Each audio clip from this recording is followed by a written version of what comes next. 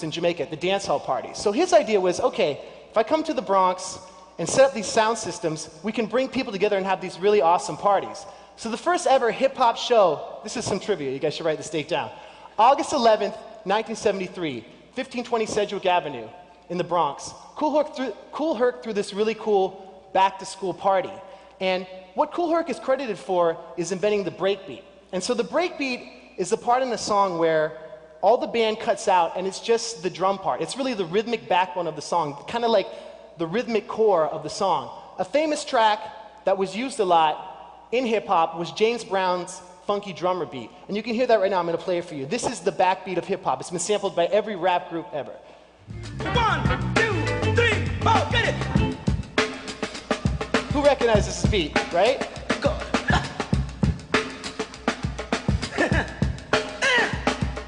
So what's important to note is that when we sample James Brown, that's music in the 4/4 time signature.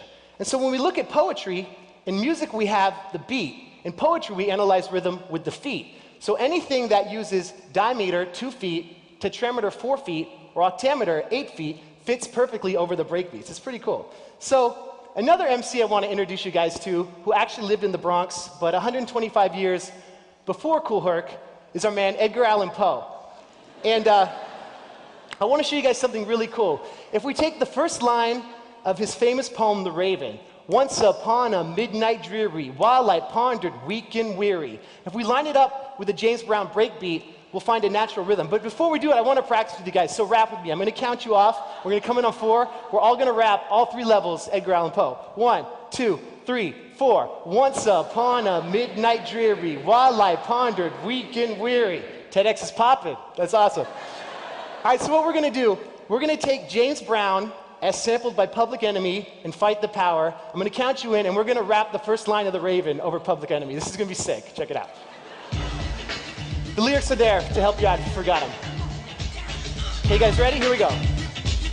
1, 2, 3, 4. Once upon a midnight dreary, while I pondered weak and weary. Once upon a midnight dreary, while I pondered weak and weary. Give yourselves a round of applause.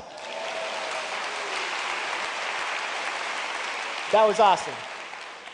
So when we want to understand the cultural history of hip-hop, we have to look at a very important archetype that plays into the whole history. This is the archetype of the griot, a West African tradition of the wandering storyteller who would go from village to village, telling the stories of each culture using rhyme and music.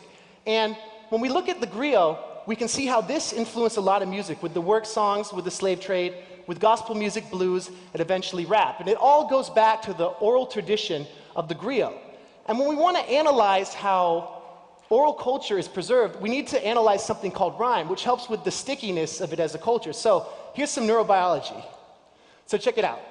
When we look at the brain, we can see how we use many different parts of our brain when constructing rhymes. When we recite a rhyme, we use the frontal lobe for organization and patterns, the temporal lobe for language decoding, and the cerebellum for fluidity and rhythm. When we're writing a rhyme, we use all 3 of these, but also the parietal lobe for writing and reading.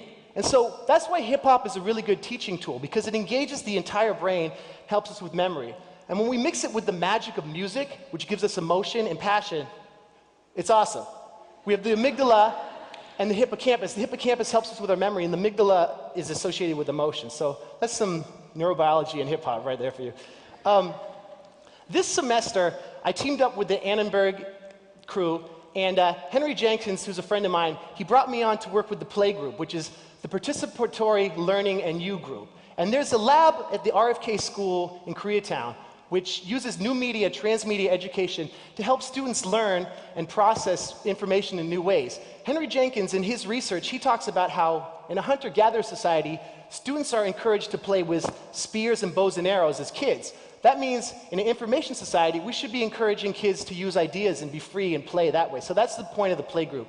Another mentor of mine, Lynn Goldfarb at the Rossier School of Education, in her theories of democratic, give it up for Rossier School of Education. She talks about subject relevancy and the importance of giving students a voice.